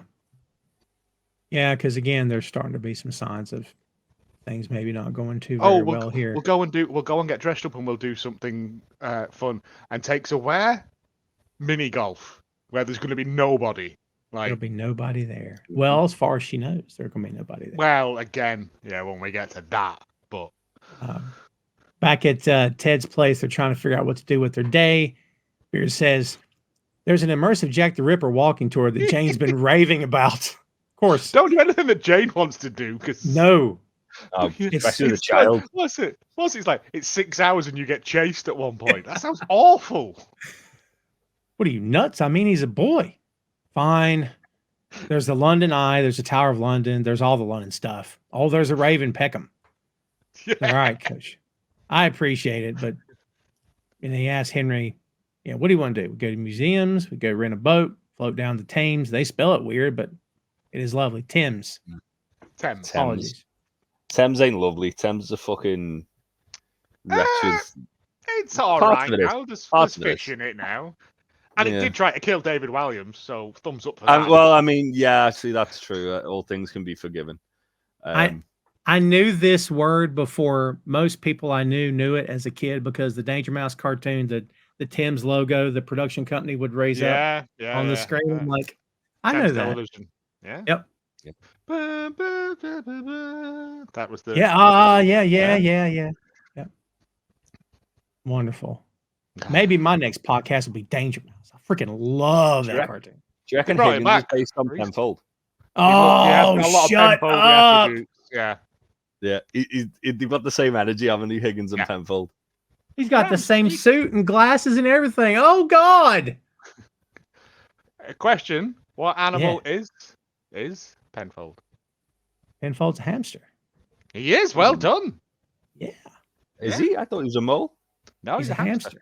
I'm a fan, baby. Yeah, no, 100%. He's a bigger fan than I am, God, I love that stuff. I got to stop or I'll start quoting. We'll be here all day. Oh, I love that comparison with Higgins. That's freaking on point. Damn. So Henry says, I want to go see a football game. It says, let me get this straight. My one day off from football. You want to go watch football? It's like asking a mailman to go for a walk on his day off, don't you think? Yeah, you don't care. You're just a little boy, ambivalent as all heck. All right, coach. You got any games in town today? And Beard says, there's one, but I'm going to have to stop at home first because Beard's got to put his uniform. It's lovely. His training gear on, yeah. I also like the Love fact that Beard's just making pancakes for everyone. Yeah. Yeah, it's just a nice, like, home situation they've got there. It's great. We then see them at the West Ham game. Beard is wearing his coaching gear because he's a legend. Flipping everyone off. Yep. Henry's yelling for Nate. As the Disco hears it. Forever blown bubbles. Disco hears him yelling for Nate, and Nate finally turns around, and they're like this, and Ted's like this. What are you gonna do? Kid wanted to come. What you gonna do? Yeah. Awesome. It shows that Ted harbors no ill will. Like, but the thing is, Nate's like genuinely caught off guard by that. Yeah, like he doesn't wave back because he's keeping up appearances for bastard man Rupert, but he's not like he's not as much of a prick as he would have been about it like earlier in the season. Again, if it had happened earlier on, he would have gone into the locker room and started lambasting people or something, wouldn't he? Like he'd have took his frustrations out. He would have got them removed immediately. Yeah. Mm-hmm. I mean, it's the end of the match anyway, isn't it? I think. No, it's the start of the match. Is it? Oh, okay. Yeah, it would be because they're singing, aren't they? Yeah. Disco says they must be looking for tips. So Jack and Keeley are playing miniature golf. By the way, in this country, we also call it putt-putt. Yes. Yeah? Yep. I don't know if they did over there or not. Golf. Yeah. We call it, crazy golf or mini golf. Jack says, that's usually the thing we do on vacation if we go to the beach or like to Tennessee, because Tennessee's got like tourist towns. Like adult ones where you can drink as you go around and stuff. It's kind of crap. Yeah. I like the one we've got in Liverpool.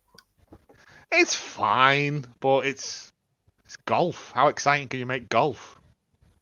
Depends how much you drink. That depends on anything, though, couldn't it? Like... Yeah.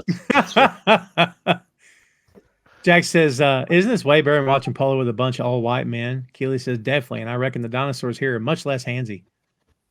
So Jack sees some women she knows, and they call out to her. You notice that her and Keeley are kind of arm in arm, and then Jack pushes away the second. Steps away. Yeah. Yeah. That's a red flag. And Keeley absolutely notices. And this girl named Alyssa comes down. She says, we went to uni together. And she says, and this is my friend, Keeley Jones. Keeley sees that as well. More red flags than a semaphore convention. Yeah.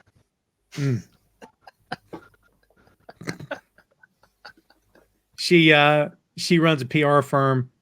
You know, if you need anybody, she's your man, basically. She walks off, and Keeley's obviously bothered. And again, this is only going to get worse before it gets better.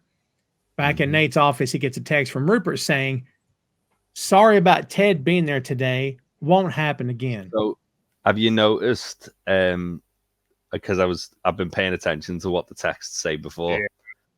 Yeah. Nate had to send Rupert his lineup to get approved. Yep. Which is not normally a thing, is it? That ain't a fucking thing. No. That's like the owner is being an absolute control freak, but also goes back to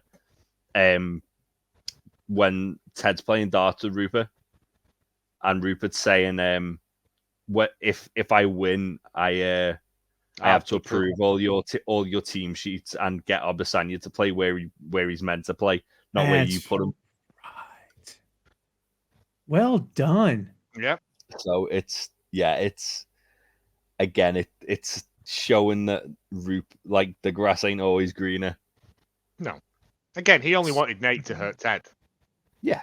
Nate has texted, it's okay, I thought it was funny. Then he deletes it to type, good, thank you. And it's like he's still playing his part in all this. Outside the Crown and Anchor, a busker is playing while May talks to the guys at the table. She says, what have you been up to today? Henry says, went to the West Ham game. And she's like, she's not having that. drink off him. You're not welcome. You don't drink in this pub, right? Like, he's a boy. What are you doing? Yeah, And it's Henry. and she says, "Fine, you're on probation," which is good. They all toast, and you notice that all three toast, bang the glass, include Henry, and then drink. A pint of milk.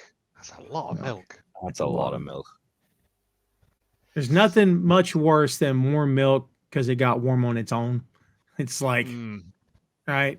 Especially I love on me some a hot cold day as well. Like it's a summer day. Yeah.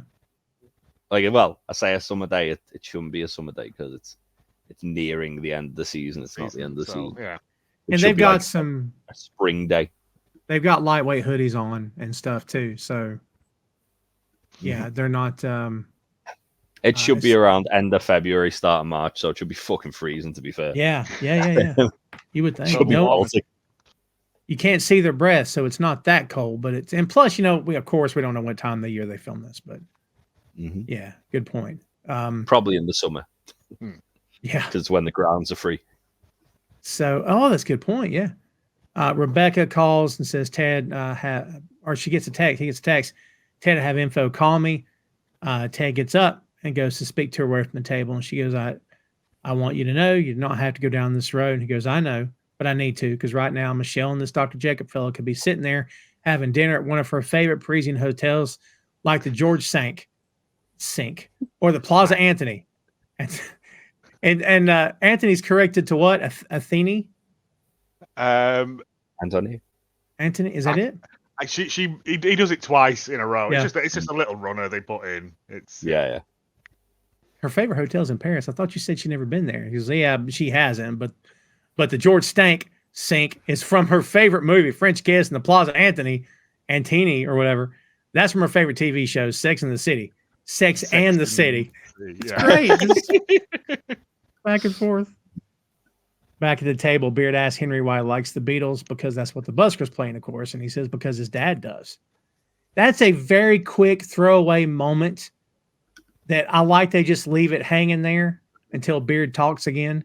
But I like that because it's just a very brief reminder of the influence he has. But also it parallels, obviously, there's a lot of things that Ted, whenever he kind of brings up his dad, and he'll pause and let it breathe. And then obviously they've done the same thing with Henry. Beard says, you know what the song's about? He says, someone named Jude. And Beard says, not just someone, a little boy named Jude. And one day his mom and dad decided to break up, get divorced. And that made Jude real sad. Jude's dad had a best friend. I love how he's not saying Paul and John and Julian. That's interesting. Because none of that part really matters. It's just a story. No. It's just a story. Yeah. And, his friend was worried about Jude and all his sad feelings. So he wrote him this song, hoping that, the words might help him somewhere down the road. And Henry says, the long and winding road? He says, hey, yeah, come on, Joe. You love that shit. No. Yeah.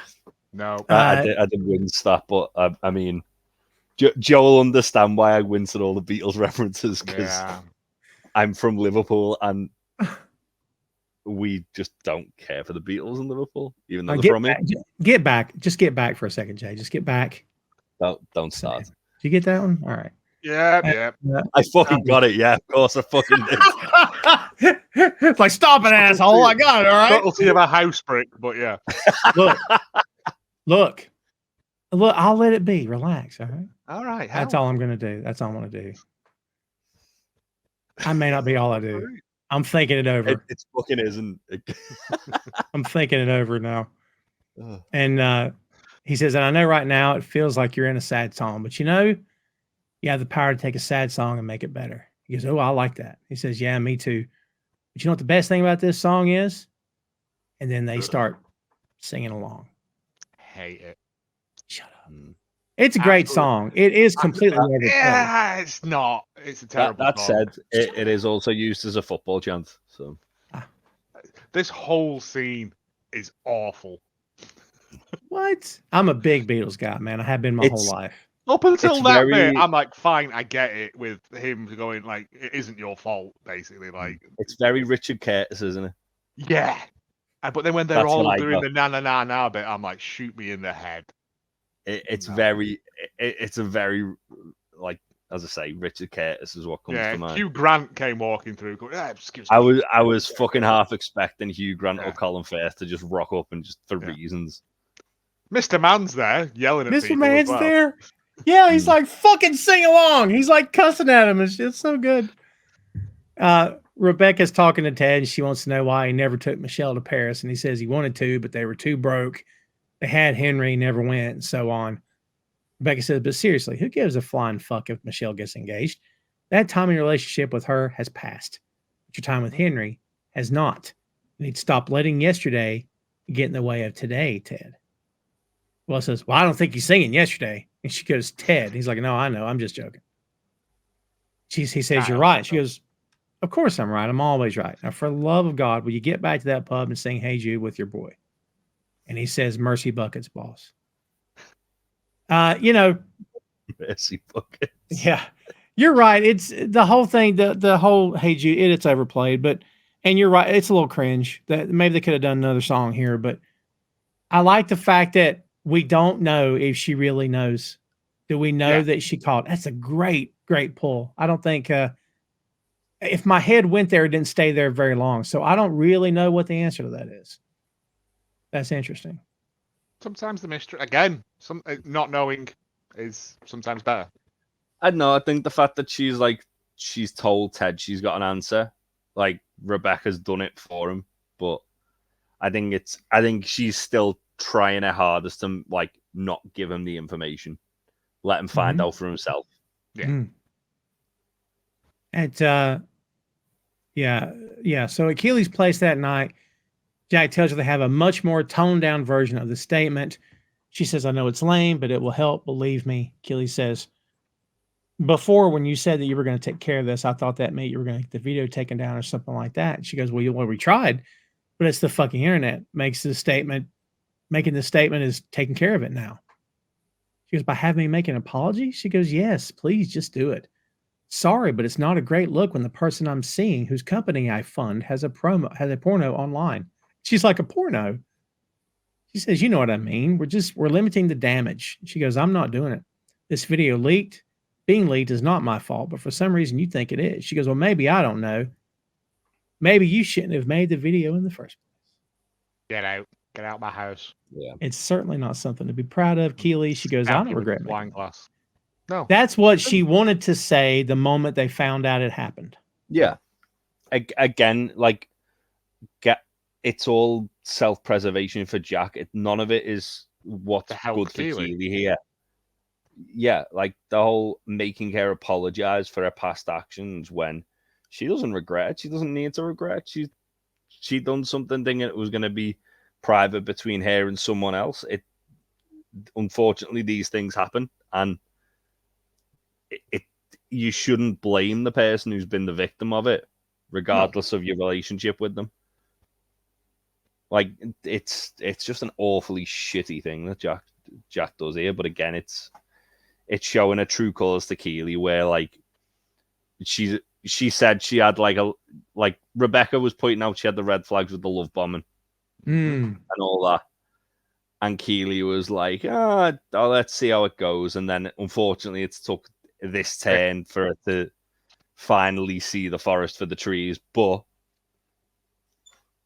better late than never. Yeah. Well, I mean, this isn't love, obviously. We've never seen them have any kind of spat, and now it's over. Like, did you even care about this girl? Like, what happened here? No. But Keeley basically says, "Yeah, are you coming back? I don't know. I don't know. You don't really care, then. You never cared. Never cared." Jack says, "Are there more out there?" And Keeley's like, "I don't know." And I'm like, "That's how you answer that question." Mm-hmm. Yeah. But also, like Keeley used to be a glamour model anyway, so why the fuck's Jack bothered? Yeah. But again, like Keeley said, she put those pictures out there. That was her choice. Yeah. This is not her choice. This is personal, private, personal information. Yeah, that's true. But also, why is Jack bothered about that now?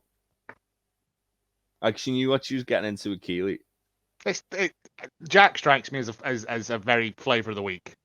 She moves from person to person. No, she moves from person to person. Like, Mhm. and when the novelty's worn off, on to the next one. Or when Yep. there's a minor inconvenience. Or, Yep. Yeah. Again, all about saving face, isn't it? It is. Keeping up appearances. Well, I'm on the record when she made her first appearance. I wasn't crazy about this storyline. I'm glad it's over because I wasn't, all due respect, I can't remember the actress's name. The actress is great. I didn't care for the character at all. No. She, from the second she come into it, she seemed like very insincere, and obviously that was by design. Sure. Yeah. But yeah, is what it is, I guess.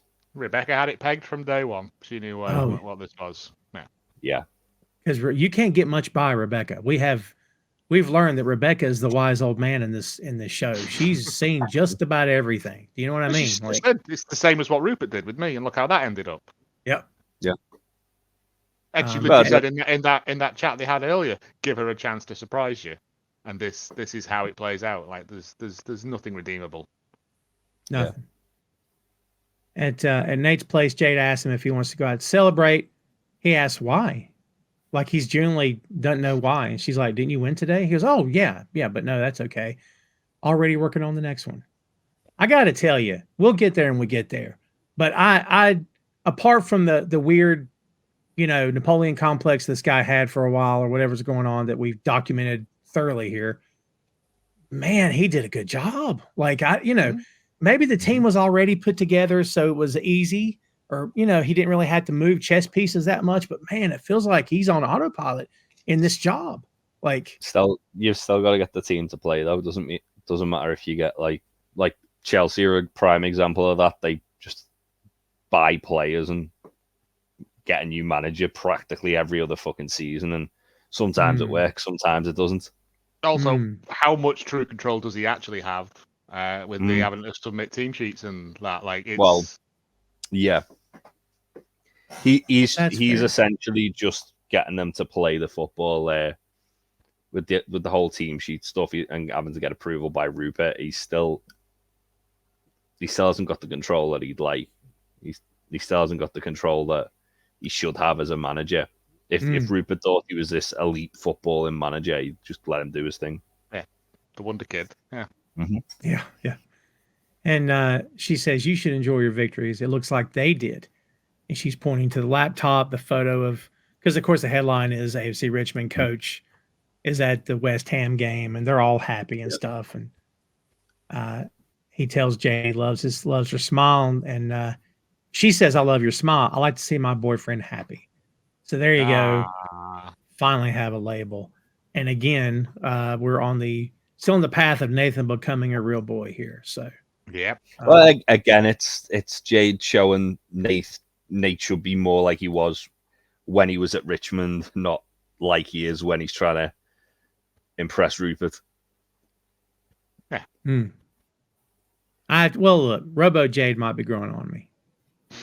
It's possible. I'm just saying. I said might be. Jamie shows up at Keeley's house and says, sorry to drop in. I was too nervous to text.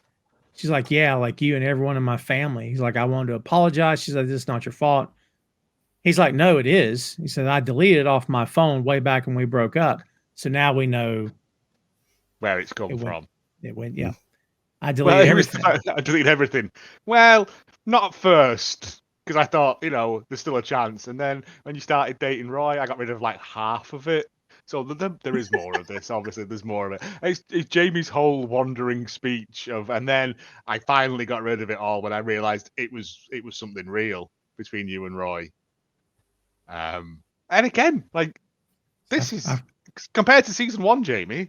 This is like a fully fleshed out human being. It is showing remorse for his actions. Like it's He's the most sincere person to Keeley in the entire episode. Yes. Like, because he's just all she wanted to hear was sorry this has happened.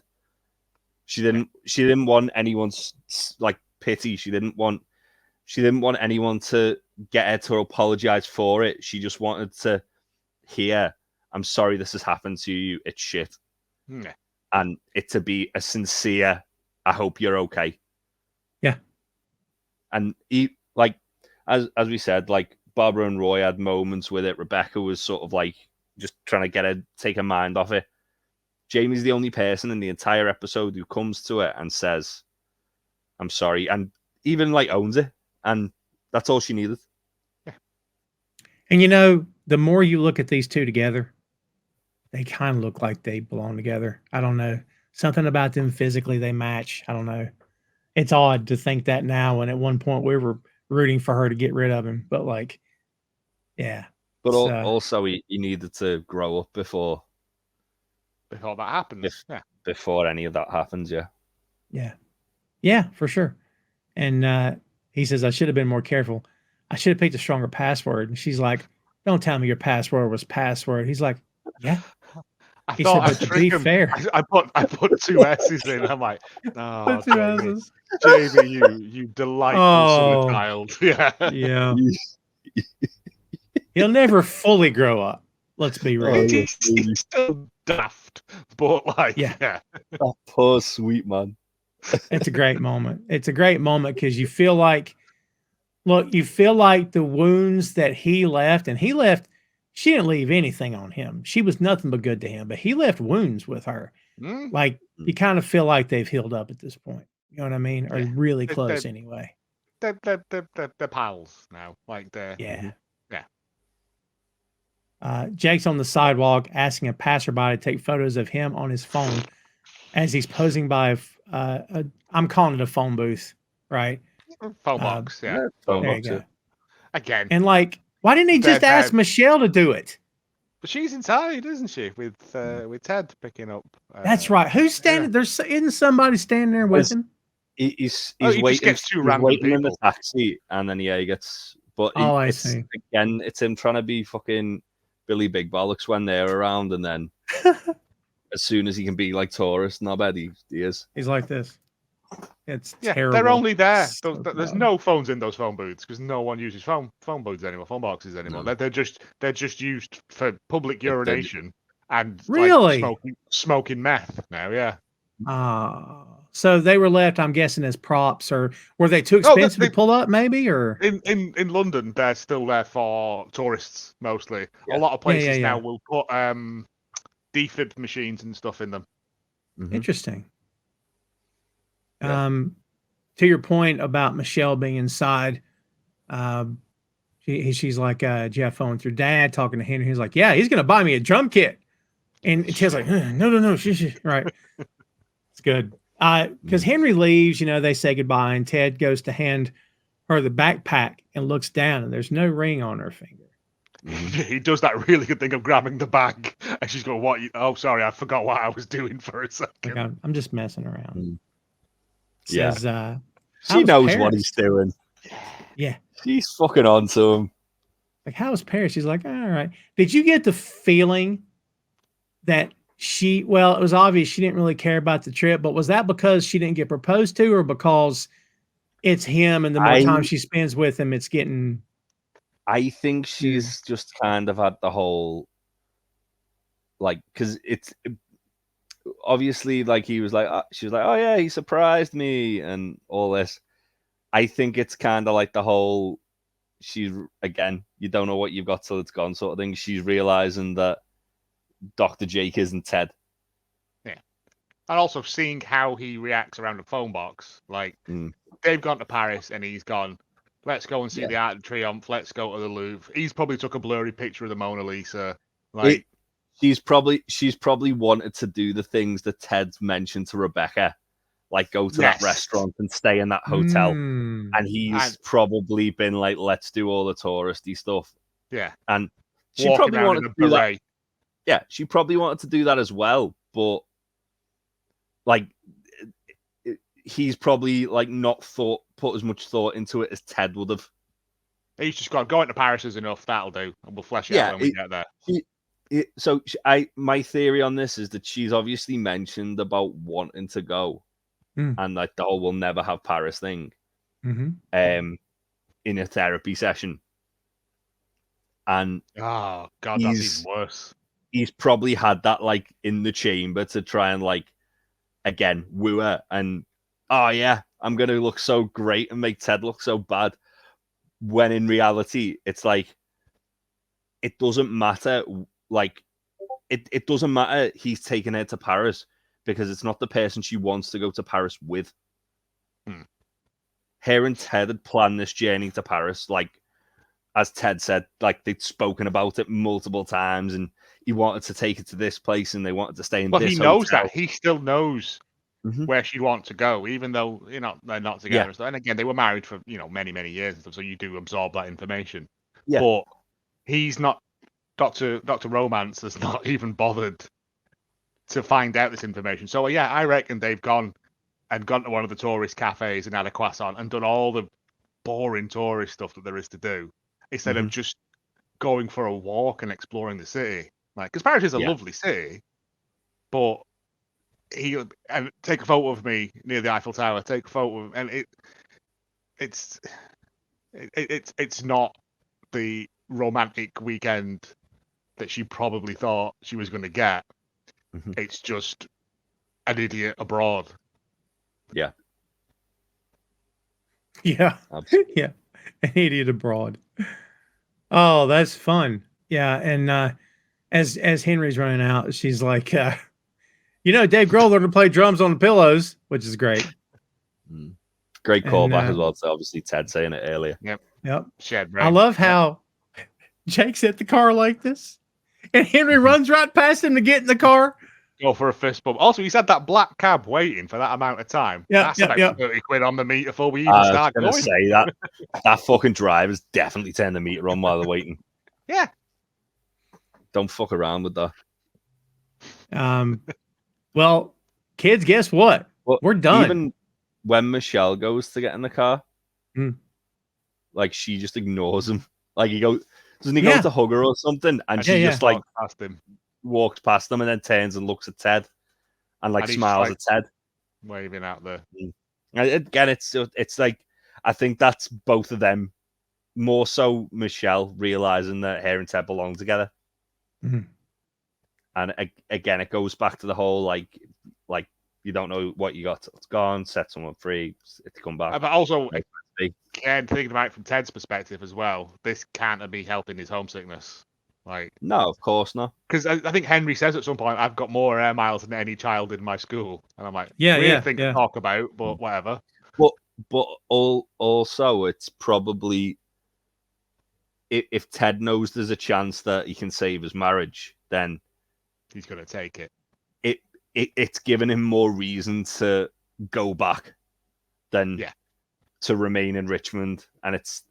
At this point, it's obviously Ted like weighing up the pros and cons of staying or leaving Richmond. Yeah. Again, it's a lot with just a little look and a wave, and then him just like Ted just coming back in and he's on his own again. Yeah. Yeah, I mean, not every episode, like we said at the beginning, not every episode can be, Beard's Night Out. Not every episode could be the Amsterdam episode. I mean, some episodes, hills and valleys. You know what I mean? So yeah. There are jokes in there, and there are tremendous scenes. Like Higgins is running across that locker room is one of the funniest things. But it's the Ted Lasso 1-2 of here's a fun episode, here's all the emotion. Well, like in the next one, sort of thing. This is the lowest rated episode of Ted Lasso on IMDb. Boo on these people. Wow. So that's interesting. I to be fair, like it's to give it the sort of comparison to Pandora's Box, where obviously once everything's coming out, all the bad stuff comes first, and then which is the majority of this episode. It's not that it's a bad episode, but it's just like it's just bad things happening, and then the last sort of 5 minutes is like the little glimmer of hope at the end. Well, that's the last thing that was left in the box, wasn't it? Exactly. Where it's like where you've got like obviously, as I say, like Keeley as Jamie Jamie comes and tells Keeley exactly what she needs to hear. Jade tells Nate what he needs to hear after Nate kind of going through the ringer emotionally with stuff throughout the episode. And then Ted and Michelle at the end. Ted finding out she's not engaged, and then them kind of both having that little moment. Yeah. Greek mythology. Like there are some good moments here, but it's also, You can't really say world building anymore. We're too far down the rabbit hole. And character building, no, because basically these characters are almost who they are. I mean, it's the everyone last of the Dark Forest. Yeah, everyone is where they're gonna be, and it's just getting them to the finish line now. There's one person that's not gotten. Well, two that aren't quite where they should be. They're gonna get it in the next episode, though, aren't they? They'll get it. They'll get it. Yeah. Well, guess what, kids? When you have an hour episode to review, it typically does take 2.5 hours to review it. So guess what? We're done. Yeah, surprisingly quick. I love the long episodes as much as anybody, but it's the short ones. Especially when they're tighter. Like the next one is 44 minutes, I think. So the tighter they are, the more you can kind of breathe on it and not feel like, oh man, there's a lot of ground to cover. Do you know what I mean? So yeah, still a good episode, kids. We hope you enjoyed it. Episode number 8 is in the books. You know what that means, folks? We got 4 more and we are done with the series called Ted Lasso. What happens after that? I don't have any idea. If you guys know, tell me, but I don't think right now anybody knows. So before we call today, Joseph, we will start with you. Oh yeah. See, what are your biggest takeaways from this episode? Finally, Keeley's free from Jack's tyrannical reign, and showed her that, again, it's that thing of the grass isn't always green, and the people that you think you can trust and that will not be there for you when you need them, and people that you wouldn't think would be there for you show surprising moments of like clarity and grown upness. We get the start of the Colin and Isaac angle as well, which is one of my favorite ones, and also everyone is right where they need to be now for the last remaining 4 episodes. So it I don't know why. I can see why it's the lowest rated on IMDb, because the jokes are thin on the ground and it is a lot of development and stuff, but it's Ted Lasso. It's still a great episode because it's characters that you care and want the best for, except Rupert and Jack and Henry, and of course, and that guy that runs the Greek Taverna because he's a whammer and all. Yeah. No, he's all right. Talking about Derek that runs the restaurant. I love that guy. Oh God, he's such a knob. I've worked in a lot of bars where there's been Derek's who've been running. Oh yeah. Hey, it's on the house. Your money's no good here. Except for I got to charge you for the booze. Yeah, I got to charge for the booze. Yeah. Jay, what do you think? As I said, this is kind of like they're at the reaching the tree line of the Dark Forest. We are on the home stretch now. We're reaching the end game of the show. As we said, everyone's where they need to be. Again, not the best episode of Ted Lasso, but it's certainly not a bad episode. It's just it's a difficult watch because obviously it's like one of the worst things that happens to one of the most lovable characters. And again, it's just like seeing like for the episode, I think seeing Keeley going through what she goes through in this episode is like really, really difficult to watch, just from because we've all been there where we've had like a friend who's going through a hard time and like no one knows what to say to them, and it's trying to be what like Jamie's like at the end as opposed to what everyone else is doing and trying to soften the blow. But yeah, it did exactly what it needed to do. I'm very excited about what's like the last 4 episodes that are coming, because I think they are some of the best episodes of the entire show. I agree. Yeah. Can't believe we're almost done. I say that, but look, behind the scenes, kids, we get so backed up on the time. 85 to 90% of it is on me because of reasons that kept throwing us behind. And then we all 3 have lives to lead, and that, gets in the way of doing a podcast. And I'm sick of it. Friends and family just going to have to, I'm going to tell you know what? I'm done. Just, you're going to have to wait. I don't think that'll go over too well. I don't know about you guys. So you give it a shot. I'm with you guys both, man. It's not the best episode ever, but I've never seen an episode of Ted Lasso that I didn't get some kind of fulfillment out of it and didn't enjoy it. Because again, I'm in the bag for this show. Obviously, we're doing a podcast about it, but I mean, yeah, there's so much good stuff here, man. And like you said, Jay, I can't wait to get to the last 4. Hard to believe we're already here. So, well, kids, there you have it. Episode 8 is in the bag. Episode 9 coming. You know it's coming. Keep your eyes open. If we're on track, it's coming next week. We'll be on track. Don't be laughing at that. Never you fear, we'll be on track. And you can expect that next week. Remember, BOINK, boinkstudios.com. All the links to every platform that we have for this show is on there, as well as the 6M podcast, the main event, Hallmark of Greatness, the Dammit Vacant podcast, and the Untitled Wrestling podcast. See, old man can retain information. I'm in my prime. I'm in my prime. Sheet. I'm saying I got a teleprompter here. I'm telling you, man. So there you have it, kids. That's all we got for you. Thanks much for tuning in. Keep your eyes open for episode 9. Thanks for continuing to follow and support the show. Thanks for subscribing. Be sure to share it with your friends and family. We'd very much appreciate it. For Jay and Joe, I'm Tom. We'll see you next time, kids.